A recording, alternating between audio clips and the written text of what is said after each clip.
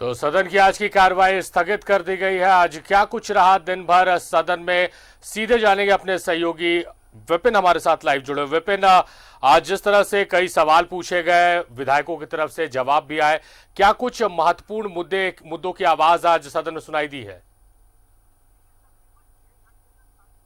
तकरीबन 6 घंटे तक सारी आज झारखंड विधानसभा के बजट सत्र के 12वें दिन की कार्रवाई जो है वो चली है। पहली पाली में सुबह 10 बजे से लेकर 1 बजे तक जिस तरह से लंबित ध्यान आकर्षण कई जो रह गए थे उसको आज स्पेशली उसके लिए 1 घंटे का एक्स्ट्रा सेशन कॉल किया गया था। उसमें कई महत्वपूर्ण ध्यान आकर्षण के मुद्दे आज उठाए गए, चाहे आंदोलनकारियों को फ्रीडम फाइटर का दर्जा देने की बात करें, अवैध भूमि में चल रहे शराब की दुकानों की बात करें, भू रैयतों को उनकी जमीन की वापसी लैंड बैंक से कराने की बात करें, या फिर अगर जो टेट पास अभ्यर्थी है उनको उनकी सीधी नियुक्ति की बात करें, तो कई महत्वपूर्ण सवाल आज सदन में पहली पाली में आया है। और जिस तरह से आज सदन के अंदर एक सार्थक चर्चा फर्स्ट हाफ में देखने को मिली, कई महत्वपूर्ण सवालों पर सरकार का जवाब आया। हालांकि एक आध स्थिति ऐसी भी जब जरूर बनी थी कि जब सुबह तकरीबन 10:30 के आसपास ध्यानाकर्षण का एक सवाल आया था बिरंची नारायण का, लेकिन उस वक्त सदन के अंदर जवाब देने के लिए विभाग के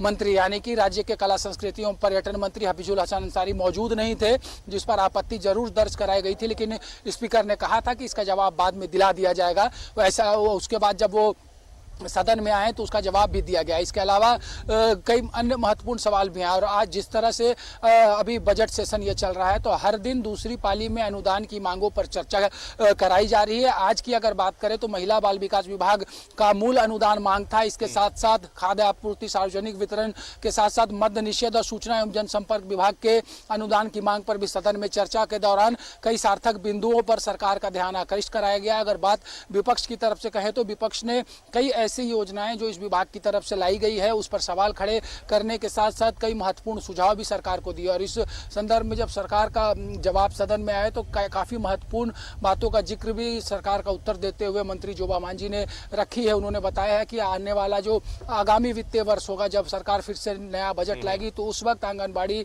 सेविका सहायिकाओं के पेंशन की बात करें, उनके मानदेय में वृद्धि की बात करें, इन तमाम चीजों पर चर्चा की जाएगी। तो कुल मिलाकर एक और महत्वपूर्ण और सार्थक दिन झारखंड विधानसभा का बजट सत्र के दौरान देखने को मिला। क्योंकि सारिफ ये इसलिए भी महत्वपूर्ण हो जा रहा है कि जिस तरह से अभी सदन की कार्रवाई चल रही है तो उसके बाद अगर 23 तारीख तक सदन इसी तरह चला तो अपने आप में एक नया रिकॉर्ड झारखंड का विधानसभा स्थापित कर लेगा। क्योंकि अंतिम बार बजट सेशन जो है वो कंप्लीट जो टेन्योर था वो पूरा किया गया था 2015 में। 2016 से लगातार गतिरोध रहा है, कभी भी कोई बजट सत्र अपना पूर्णकालिक समय जो है वो पूरा नहीं कर पाया है। लेकिन इस बार ये उम्मीद जागी है कि जिस तरह से सदन के अंदर पक्ष विपक्ष सकारात्मक तरीके से चर्चा में भाग ले रहे हैं तो ये रिकॉर्ड शायद इस बार यहाँ पर स्थापित हो।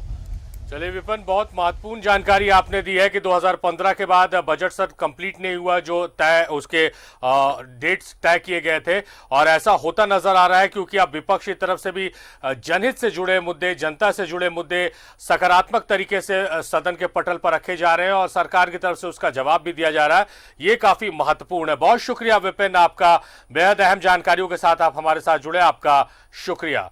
तो हमारे सहयोगी विपिन जानकारी दे रहे थे कि किस तरह से आज विपक्ष ने सवाल उठाए, कौन कौन से मुद्दों की गूंज आज सदन में सुनाई दी और किस तरह से सरकार की तरफ से इसका जवाब दिया गया।